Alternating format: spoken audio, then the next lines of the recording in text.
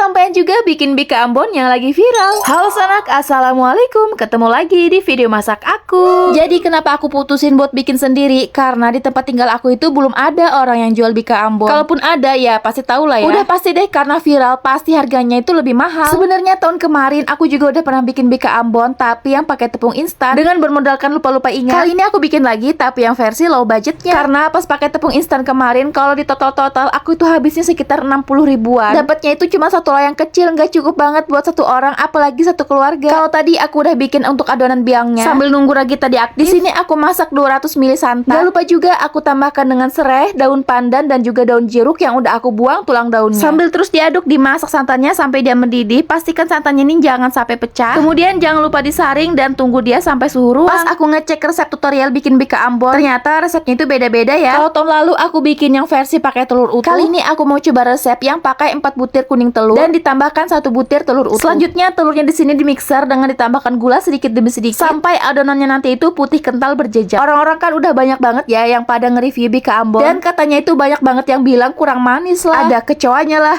Bukan. Jadi pas tahun lalu ya aku nyoba pakai tepung instan itu, ternyata dia itu emang gak terlalu manis. Bisa gak sih kalau dibilang kue ini tuh kue versi sehat? Karena kan memang kuenya ini gak terlalu manis dan juga kue ini tuh gak pakai tepung terigu. Awalnya aku siksak shock juga sih pas tahu ternyata bikin kue ini tuh gak pakai tepung terigu tapi pakai tepung tapioka. Dan sama ya, pas masukin ke adonan telurnya, masukin tepung tapiokanya ini juga sedikit demi sedikit. Sebenarnya bikin kue ini tuh susah-susah gampang sih ya. Gampang kalau punya alat dan bahannya, tapi susah buat orang yang kesabarannya setipis tisu kayak aku. Karena ini kuenya tuh nggak bisa langsung dimasak, tapi harus di resting terlebih dahulu. Belum lagi tadi pas nunggu raginya aktif dan juga saat dinginin santannya kembali. Semua bahan udah masuk, terakhir tinggal dimasukin ragi yang udah diaktifkan tadi. Tapi jujur ya guys, ini tuh aromanya seger banget sih. Aroma santannya tadi itu jadi keinget sama nasi uduk. Sebelum finishing jangan lupa untuk ditambahkan 2 sendok makan kental manis dan juga 20 gram margarin cair untuk memastikan margarin dan juga kental manisnya itu tercampur rata. Di sini aku ngaduknya pakai spatula aja. Kalau dirasa semuanya sudah tercampur rata, di sini aku mixer kembali sebentar aja sampai adonannya nanti ini bergelembung. Dan seperti yang aku bilang tadi, setelah ini tuh nggak bisa langsung dimasak, melainkan harus didiamkan dulu sekitar 2-3 jam. Tapi karena ini aku bikinnya tengah malam, jadi aku kebangunnya itu sekitar jam 5 pagi. Dan aromanya ini sih udah mirip banget kayak aroma tape. Karena aku nggak punya oven, jadi aku pakai alat kayak gini aja. Sebelumnya alatnya udah aku panaskan juga. Dan jangan ditutup, tunggu sampai adonannya ini berongga baru boleh ditutup. Udah tinggal dimasak aja pakai api yang kecil. Kalau pakai alat yang kayak aku ini sih masaknya itu nggak terlalu lama. Tapi mungkin karena ini aku terlalu overproofing, makanya di sini kuenya itu kempes. Tapi untuk rongganya lumayan dapet sih ya, walaupun tuangannya itu nggak terlalu tinggi. Tapi karena terlalu lama ngeghosting adonannya, jadinya raginya ini tuh panas banget. Ya 11-12 deh sama aroma tape. Bahkan aroma serai dan juga daun pandan yang kata aku tadi tuh enak banget, itu tuh ketutupan sama bau raginya.